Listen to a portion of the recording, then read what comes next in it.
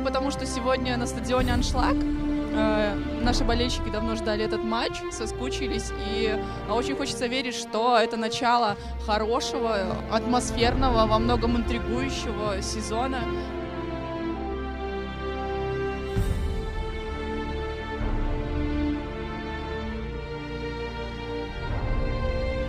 Вельмі эмацыйна, все весела, цікава. Гэта антураж, гэта эмоцыі, як яны ёсць.